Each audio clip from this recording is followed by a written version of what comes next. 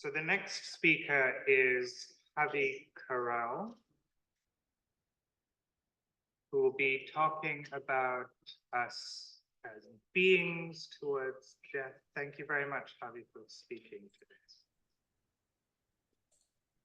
Thank you so much. I just want to double check that I got this okay, that most people in the audience are health professionals, and that I'm not talking to a bunch of philosophers, which is quite nice for me. It makes a very nice change. Is that correct? I think that's mostly correct. Mostly physicians, some philosophers. Okay, that's great. So what I was asked to do is to sort of give people an overview of one approach towards death within philosophy. So I should say this is the approach of a 20th century German philosopher called Martin Heidegger, that some of you may have heard of, who developed, I think, quite an interesting concept, which he calls being towards death.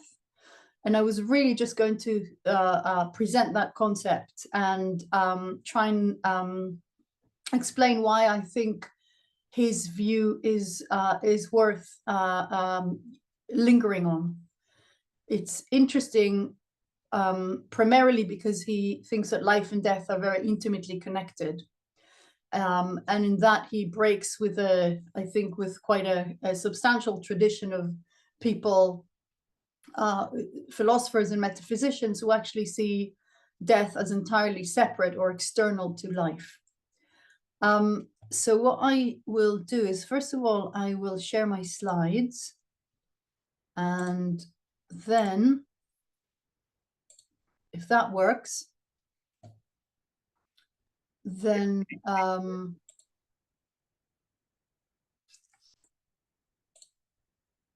there you go. So can you see the slides and see and hear me okay? Yes, we can. Okay, cool. So here's a few reasons why I think this is philosophically interesting, but also I think important.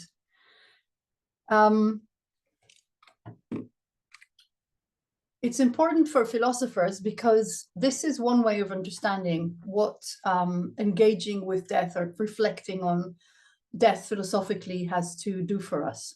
So this is Michel de Montaigne writing about 300 and so years ago, saying all the wisdom and argument in the world comes down to one conclusion, which is to teach us not to be afraid of dying. And that's from a short essay by Montaigne called "To Philosophize is to Learn How to Die." And he means it in quite a concrete way. I mean, one thing he says, in sort of echoing the views of Socrates / Plato, is that philosophy is the art of abstraction, where we move away from the empirical, if you like, the concrete, the contingent, the fleshly, and instead trade in sort of abstract concepts and ideas. And philosophizing is a little bit like death because it separates us from our material contingent bodies in a way that's, in some ways analogous to death. So what we do when we philosophize, try and obtain wisdom, practice our argumentation skills, try and philosophize, is that we're just trying to learn not to be afraid of dying. And I think this is quite a deep point, and I think that is indeed what we try to do in a lot of our living activities. We try to learn how to die well, or how to not be afraid of dying, or how to make sense of our life as finite. And I think Heidegger really gives us quite a robust answer to that question. How do we do that? And what I'll try and do in the next half hour or so is to sort of cash out this idea in detail. Bear with me, there will be some jargon. I'll try and explain as I go along. Don't be deterred. Heidegger obviously wrote in German and was sort of renowned for his kind of complex use of language which is complex. We don't need to worry about all that. I'll try and give you sort of kind of a bare bone or clear as I can introduction to what he says. I know Michael is there listening, so he can help with he can chip in with interpretations and so on as we go along. But first, let me ask the preliminary question. Well, how do we get there? And I should add that, for me and for a lot of philosophers, when we are young and healthy, it doesn't always occur to ask the question, well, how does it come about that humans die? I only caught the last few minutes of the previous workshop, but I understand you were talking about that, about people who are in intensive care, people who are brain dead, people who are dying. And the very, very significant answer to that question is that death is normally caused by illness. Not only we'll find cases of, suicide, accident, and so on, but normally people decline, and that decline is caused by an illness, and that illness persists over months or years prior to someone's death. And what's really important about that is that I think this idea of illness gives us exactly that connection, or the first hint, if you like, that death isn't separate to and external to life, but it is much more connected to it than maybe we would normally think. And what Heidegger is trying to do is sort of militate against this idea that, I'm kind of paraphrasing Epicurus here, something along the lines of, insofar as I'm alive, death is nothing to me because death isn't here. Here is where I am, and this is a place of life. And once I'm dead, and I don't really need to worry about it, because once I die, I'm no longer there. So where I am, death is not, and where death is, I am no longer. That's the kind of Epicurean formulation. And Heidegger is resistant to that. He rejects and criticizes this view, because that to him precisely misses that very intimate connection between life and death. And we can think of illness as a sort of corridor, if you like, that connects them very visibly. I mean, when we say, oh, somebody is dying, or sometimes people use this expression, actively dying. I'm kind of the age where in the last sort of 2 or 3 years, a lot of the parents of people in my family and parents of my friends and spouse have died as well. People in their 80s, I should say, overwhelmingly men outlived by women. But what we are seeing is the kind of repeated questions, but are they actually dying? Are they actually dying? And what Heidegger wants to tell us is, yes, actually dying is now. Actually dying is actually living, in a way. And I think this is not just a metaphysical position. I mean, Heidegger presents it as metaphysical, but it also has ramifications for our ability not just to live, but also to live well.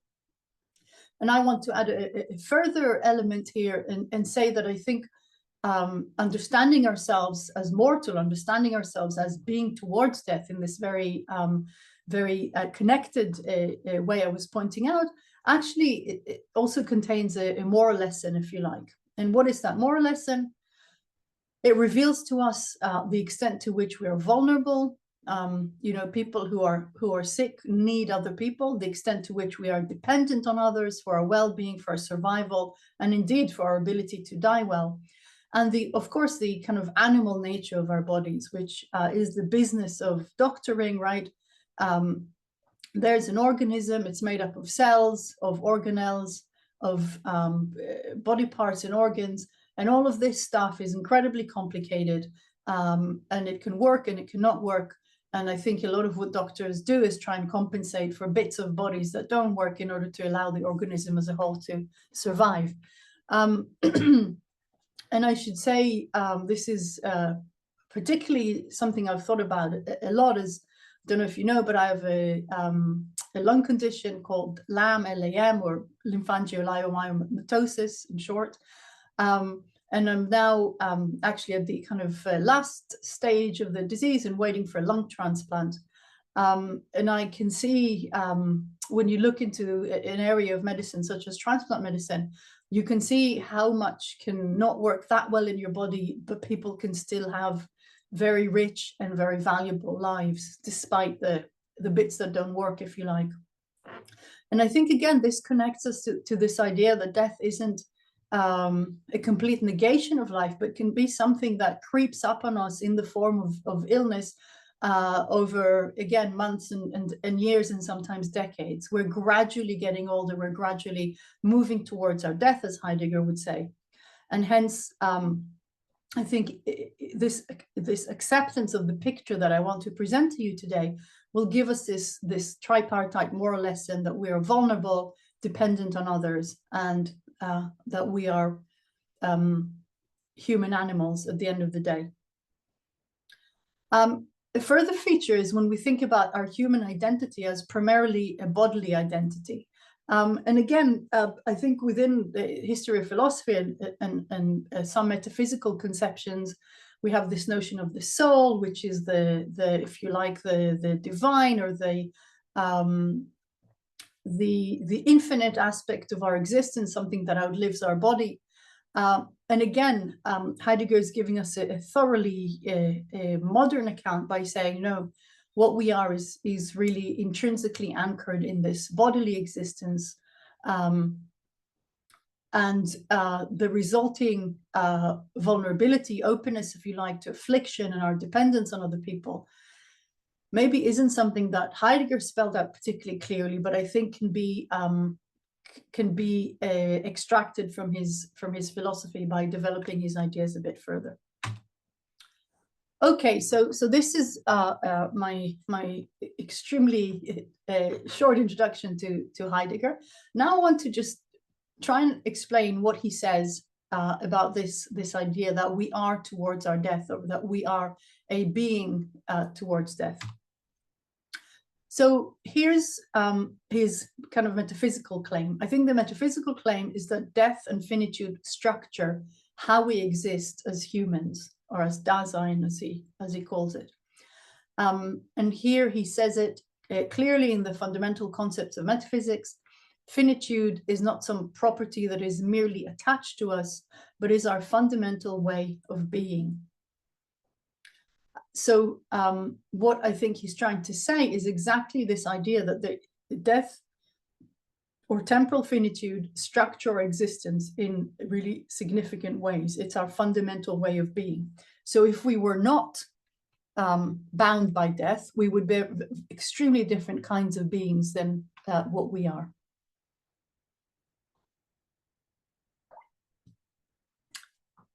And the reason this is particularly important is because I will show this in a minute in a couple of slides.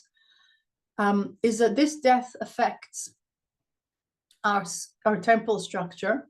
So what we are ultimately is a being extended in time that is extended towards a finite end, if you like. That temporal existence isn't unbound. And it affects certainly the kinds of actions and choices that are open to us. And you can just take a sort of trivial everyday example and say, you know, when you choose to invest in a project, say you decide to, I don't know, write a novel, you will think to yourself, I will write a novel that I can finish in, I don't know, in 3 years, maybe in 10 years, maybe in 20 years. But you wouldn't embark on a project that would take you 300 years to complete, because it would not be completable within your lifespan. So the way in which we structure our choices, our actions, our decisions in an everyday sense, but also in the way in which we conduct our lives, makes us see that we understand ourselves and our structure as being this finite temporality, if you like. And that, I think, is this link between life and death, which is an ontological claim about how we are structured. How we are structured is as this finite temporal being. Now, okay, I'll just say something quick about this, because it's not essential for what I'm trying to give you here in this introduction.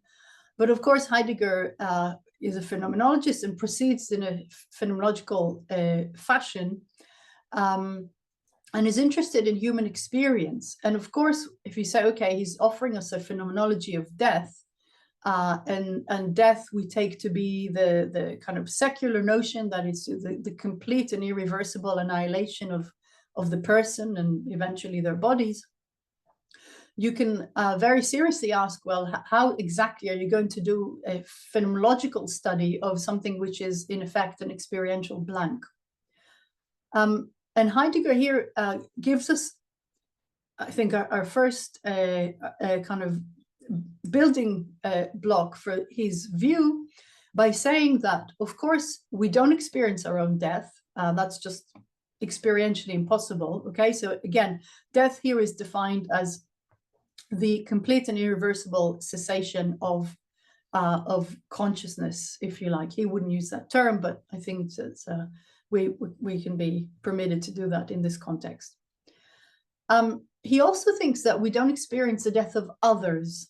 So he says, well, you can be in a room with somebody who dies, but you're not actually experiencing their death. What you're seeing is how 1 minute there's a living person there, and then something happens, and then we're just left with a corpse. The person is gone, if you like, and the corpse will also disintegrate biologically if left for long enough. And so he says he's not interested in an analysis of demise, of that passing moment, but of dying. Okay, so this is the distinction between Ableben and Sterben. So he's interested in a phenomenology of dying, which to him is a being towards death. So it's not a phenomenology of death, but of our being towards death, which is just another way of saying being alive. So here he is again in the history of the concept of time, saying the certainty that I myself am, in that I will die, is the basic certainty of Dasein itself. Insofar as I am moribundus, or death-bound. So the basic certainty of Dasein, and of course here you will hear echoes of Descartes, looking for this fundamental and basic and indubitable certainty. The certainty isn't that I think, but that insofar as I am a death-bound creature, if you like, and that is to him the basic certainty. We'll see in a minute how he cashes that out. So despite the fact that the time and fashion of my death is unknown to me, none of us know how and when we will die exactly, with the exception of, you know, very, very specific circumstances. But the certainty is that I will die, or that I am finite. And this is how we ought to understand ourselves for Heidegger. Okay, so here is the slide, if you like, of a very schematic outline of the temporal structure of existence. So as you can see, we've got a kind of a temporal stretch that starts at birth and ends at death, going from left to right. And what is mapped onto it are the three tenses, if you like, the past, the present, and the future.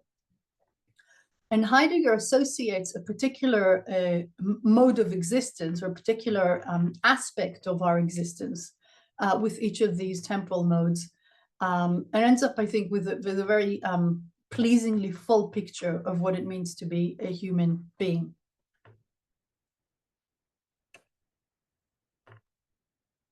So the existential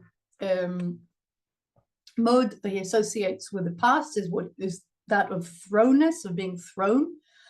And he means it in the sense that so much of who we are and how we are is not something we have chosen, but rather something we find ourselves thrown into. So you're born into a language, you're born in a particular geographical location, into a particular culture, historical period, into a particular family. You are, I guess, thrown into the genes that you've inherited from your parents. You're thrown into having or not having siblings, and so on. So a lot of that, the kind of debris, if you like, of our past is not of our choosing, okay? So we are simply thrown into a situation, and out of that, we come into existence, okay? And we can contrast that thrownness, that sense that it is not up to us. We don't get to choose where, how, and to whom we are born. He contrasts projection, which is the term associated with the future. So although our thrownness is not up to us, our projection, in contrast, is very much up to us. And you might hear sort of echoes of existentialist philosophy in this, and that is true. But note that Heidegger's idea is that of freedom, but that freedom is not unbound. It is very much bound by the thrownness. And if you think about it, the older you become, the more you move into the towards your death, the more you have lived, the more thrownness there is accumulating in your past, if you like. So what is that projection? It's our ability to project, to put ourselves into projects, to press into possibilities. Possibility is also a very important concept for Heidegger, because when we look to the future, what we should see as budding Heideggerians is really this idea that there's all these different possibilities open to us. So it's a beautiful sunny afternoon. Any one of us could choose to get up right now and walk out into the sunshine and, I don't know, join the circus, propose marriage to the first person you bump into, buy an ice cream, go to the cinema, all of these are different possibilities. And what we do as choosing as free entities is choose which of these possibilities we want to project ourselves into, or which project we want to embrace. So your project might be that of being a health professional or a medic.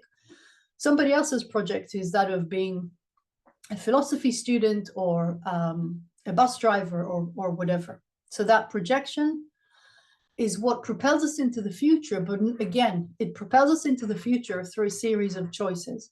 Every time I make a choice to press into this possibility rather than that possibility, I'm of course opening up new choices because they will be the outcome of my current choice, but I'm also closing off other possibilities and closing off other choices. And the choices are always up to us to choose which ones to pursue. The third element associated with the present is that of fallenness, or being fallen into the world.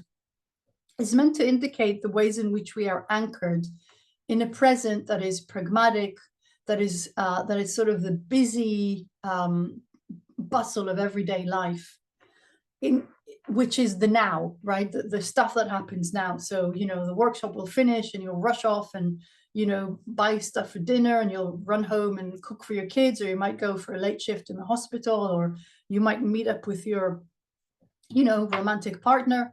And all of this will be done, if you like, with not very much reflection on this general structure of who we are. Not very much reflection maybe about our past and our future, not much reflection about our birth and our death. And that ability to rise above this fallenness is something that will give us this perspicuity, if you like, that is not always available to us, but is always there as an invitation, if you like. You might say an invitation to philosophize or to reflect or to withdraw from this fallenness in order to view this structure as a whole. Now, one last point about this slide before I move on is that if you think about it, if we want to hold this entire structure in our heads, if we want to understand ourselves as these whole creatures, we must also take into account our death. And that for Heidegger is the critical part, that seeing ourselves as a whole also involves seeing ourselves as finite creatures who are bound by death. You know, so Freud famously said, we each owe nature a death. And Heidegger thinks that's true. He thinks you can sacrifice your life for someone. You can, you know, lie on the barbed wire or you know, lie on the hand grenades to save somebody else's life, but you can't rescue them from the fact that they will have to die at some point in the future. You can maybe steer them away from one deadly event, but eventually their death, like each and every one of us, will come. And I'm wondering if, you know, I'd be really interested actually to hear in Q&A how that how this is cashed out in medicine. In a way, the business of medicine is treating or attempting to cure or alleviate. But then ultimately, I mean, in a way, the medical project always comes to an end point. I'm not saying necessarily a failure, but comes to an end point where, you know, there is nothing more that can be done to postpone death, or there is nothing more that can be usefully offered in those terms, because postponing death is not always the best choice. Okay, so that's the again bare bone Heidegger, and I'm just gonna say one more thing about death. So if we think about ourselves as creatures constantly moving towards the future with this projection and possibilities opening up, you can say, well, death is a really awkward kind of possibility, because it's the possibility of no longer being able to be there, or as Heidegger awkwardly puts it, the possibility of the impossibility of having any possibilities at all.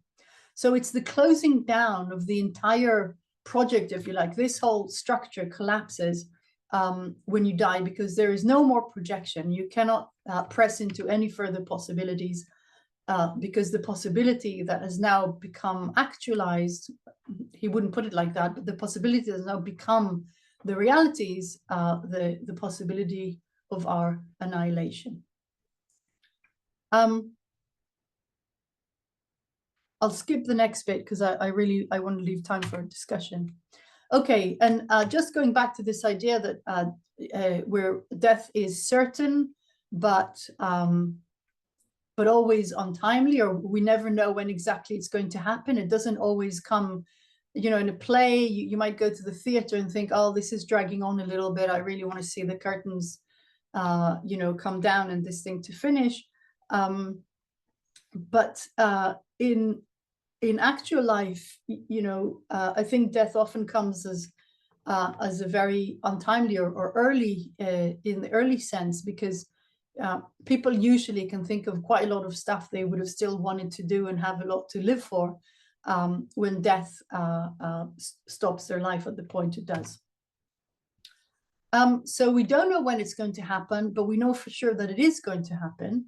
Mrs. Vladimir Nabokov, in a short novella called Invitation to a Beheading, in which there is a prisoner and a jailer, very sadistic jailer, who says to the prisoner Cincinnatus, you are on death row, and every day you're going to wake up and ask yourself, is today the day of my execution? And I won't tell you. Or he plays all sorts of tricks on him. So he comes and he pretends it's his execution day, but it isn't, and so on. And this is what the prisoner says. He says the compensation for a death sentence is knowledge of the exact hour when one is to die. A great luxury, but one that is well earned. However, I am being left in that ignorance which is tolerable only to those living at liberty. So here is this ignorance about the time of our death, and the trade-off might be, yes, but we get to live in liberty, but we are all in a way, you know, on death row in some sense, or in this sense that we all know that we're going to be executed, if you like, sooner or later. So death, if you like, is this horizon of existence, something that Dasein, or the person itself, has to take over in every case. And here's now the kind of I wouldn't say moral, but the maybe existentialist aspect of this is that understanding ourselves as these temporal and finite creatures can free us, Heidegger says, for our own most or our authentic or our most appropriate ability to be, which is the German term sein können. So being able to be or having the ability to be. And being free in this way enables us to exist as a whole. Again, exist as a whole because we are now thinking of ourselves as temporal wholes made up of a past, a present, and a future that is finite. Or in other words, being towards death is enacted in this understanding of ourselves as finite. Now, there are two ways we can be towards death, an authentic and an inauthentic way. The inauthentic way is what Heidegger calls fleeing in the face of death. And this takes us back to an extent to the Epicurean view, saying, yes, I know I'm going to die, but not just yet. And I'm not interested in it now because it has no bearing. You know, the sun is shining. I'm, you know, in the flow of a talk, and it's going to be a discussion and there'll be an interesting exchange. You know, what's death got to do with it? But that for him is not the correct response because it means we are fleeing from this understanding, which he ultimately calls anticipatory resoluteness, understanding of death. And again, for Heidegger, self-understanding is entirely premised on our ability to be resolutely, able to accept or understand or anticipate the fact of our death. And that for him is an authentic way to be towards death, which will enable us this full understanding and self-understanding of ourselves. So if I had more time, I would also talk to you about Epicurus, but I don't. So I will just end by saying that for Heidegger, this anticipation of death is the way for us to live authentically. And what is important about it is that without it, without understanding our finitude, we're not able to have this authentic self-understanding or authentic living. I think, okay, and this is now not Heidegger, this is now me saying, what I think is part of this understanding of ourselves as finite is understanding the set of virtues, if you like, of acknowledged dependence, this idea that we're vulnerable, that we are vulnerable to affliction, to trauma, to accident, to disease, that we are dependent on others, and that we are fragile bodily creatures or animals, as MacIntyre might say. Okay, so thank you very much. And I really look forward to the discussion. So I'm going to stop sharing the slides and be really happy to hear your thoughts and reflections.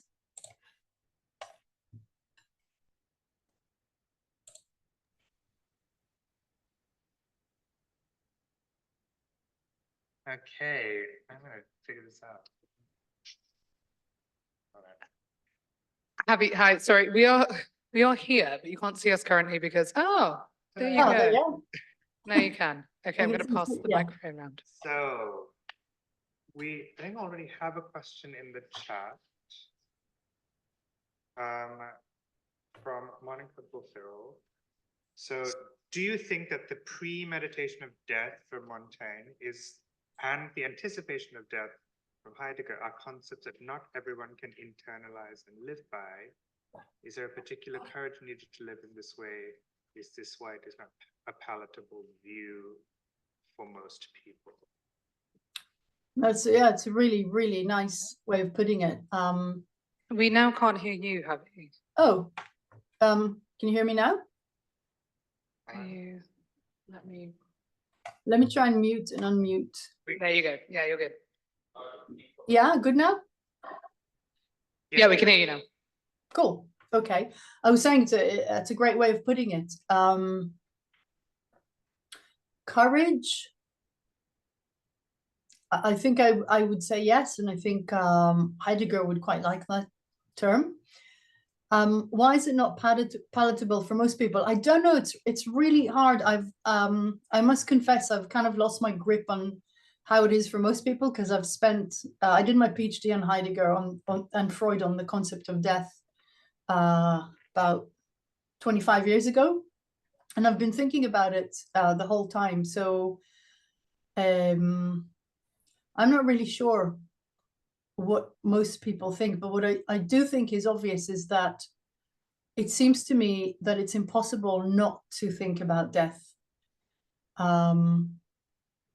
So again, going back to this idea that you're falling into the everyday and you're sort of immersed in your projects and your commitments, and you're now thinking, you know, what you're doing later tonight and the kids' bedtime and all the rest of it.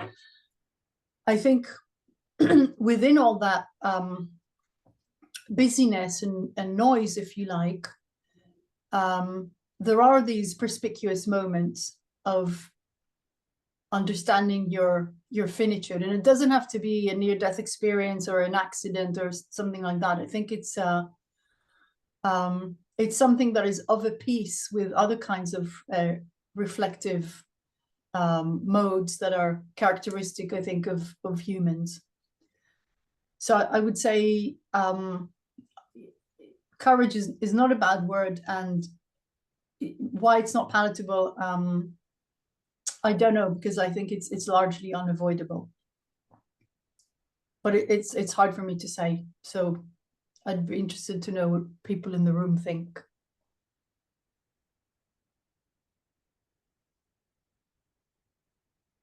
Can I jump in? I have a finger on this. So maybe this would have been covered in the Epicurean part of the talk, but there's a potential argument that, you know, death is inherently unknowable, unexperienceable, and the further you are away from it, kind of physically, temporally, like you're a 5-year-old child, do we genuinely think that the meaning in that 5-year-old child's life is structured and meaningful insofar as they anticipate their death? What I would say is that they are on that trajectory of you know, that movement from birth to death, and I think children have a really strong understanding of both of temporality and of finitude.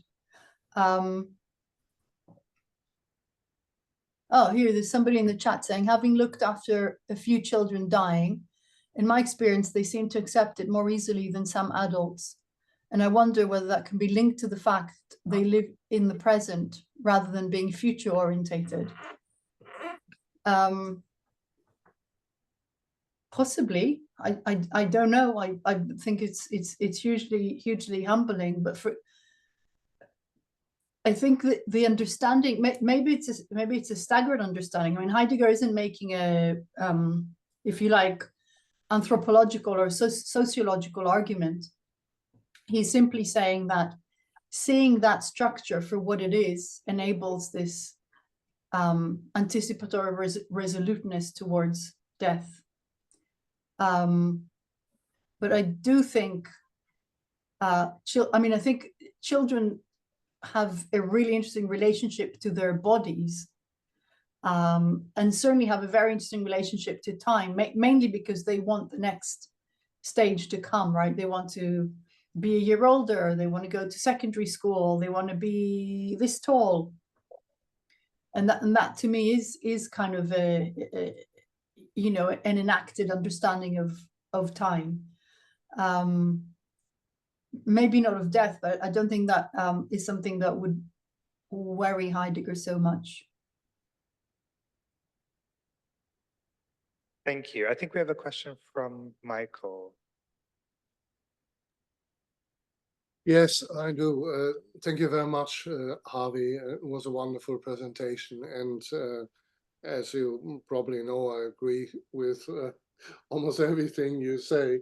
But I was just wondering, while you were talking about Heidegger and authenticity, I was wondering how understanding of our mortality, knowing that we are going to die, is related to our acceptance of this. You were talking about Heidegger distinguishing between the authentic and the inauthentic here. And my impression was that the authentic life acknowledges our mortality, but also accepts it. And I was wondering, and the opposite, the inauthentic, would be trying to escape, run away from, yeah, from what? From the knowledge that we are going to die, or from death itself? I was thinking of Dylan Thomas, "Do not go gentle in this, into that good night, rage, rage against the dying of the light." Is that an inauthentic response? Because it's not exactly not acknowledging the fact that you have to die.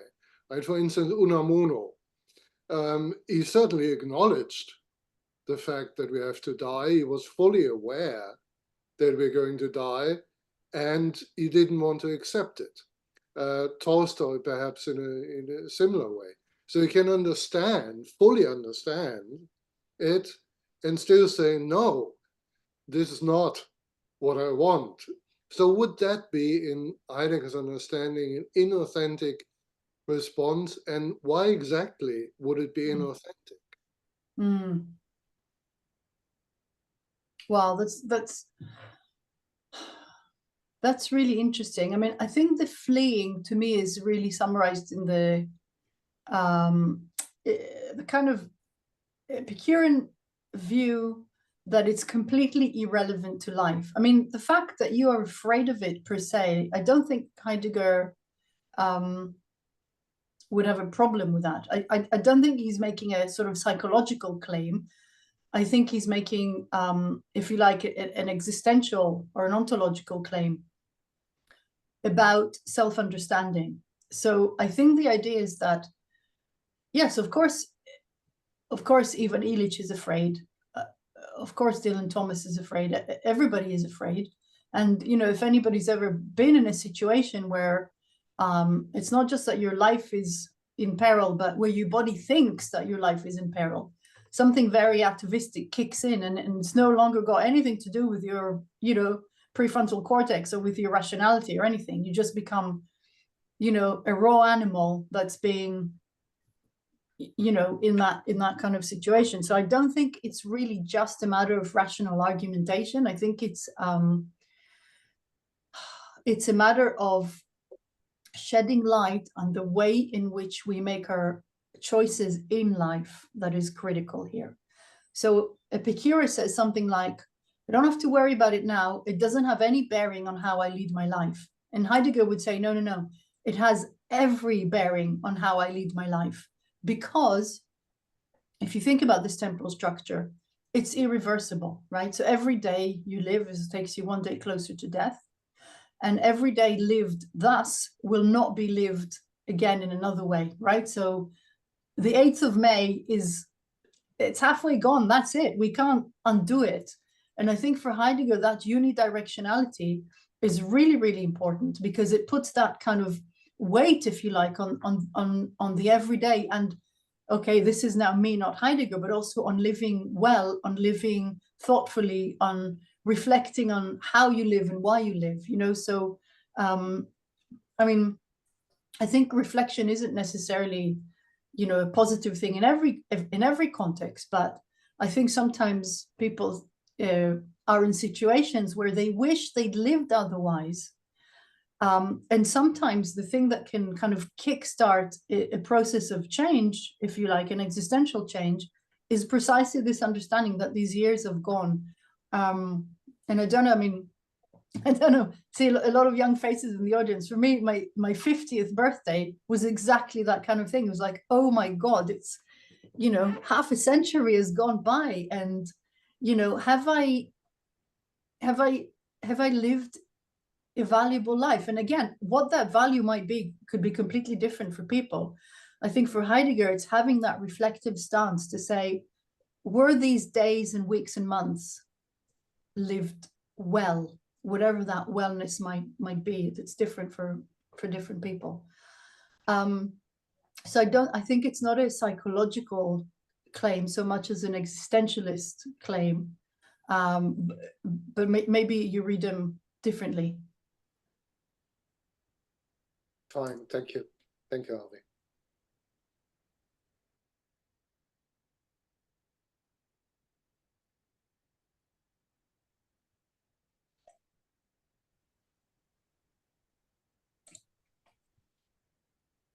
Hi, thank you, Professor. Yeah, my question is about the essential aspects of the death and living in contrast to the Buddhist philosophy about the death and living in the present, living in the present. So, for example, Buddhism focus on the present, and for practice mindful meditation, and you have to be fully lived.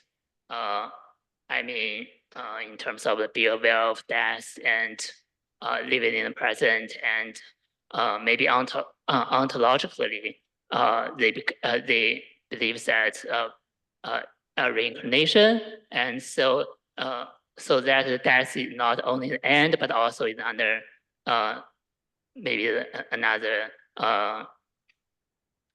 maybe start point, another life or whatever. So my question is that how do you think about the Buddhist approach to the be awareness of death in contrast to the Heidegger's thought about the Dasein? And yeah. Yeah, no, thank you very much. I think when I said earlier, it's a very kind of secular and modern view. I think one thing that Heidegger actually and Epicurus have in common is that they both accept that that physiological death also implies death of the person, and that there isn't a person that's there isn't a soul or a whatever you want to call it entity that survives the physical death of the body. It's hard to talk about death if you think you're not really dying. I guess that was sort of my starting point, but I should have said it more explicitly. I think a lot of this discussion really revolves around accepting this kind of basic premise, because say if you believe in I don't know, some sort of afterlife, that you go to heaven or that you get reborn, or that your soul goes into another creature, that there's some sort of circularity and that you come back to exist in again, then I would say then death is a completely different thing to what I was talking about. It's not finite. It's not an endpoint. You are not a finite creature. You don't go out of existence. So it's a completely different set of assumptions that to what I was trying to bring here.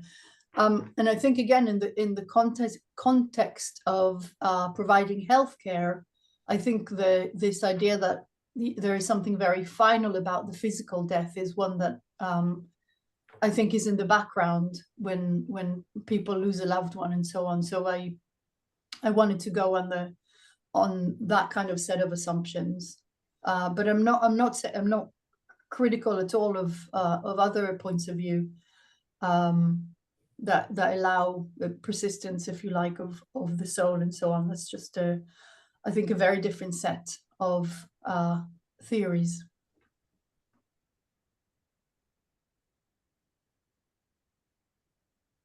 Thank you very much, Javi.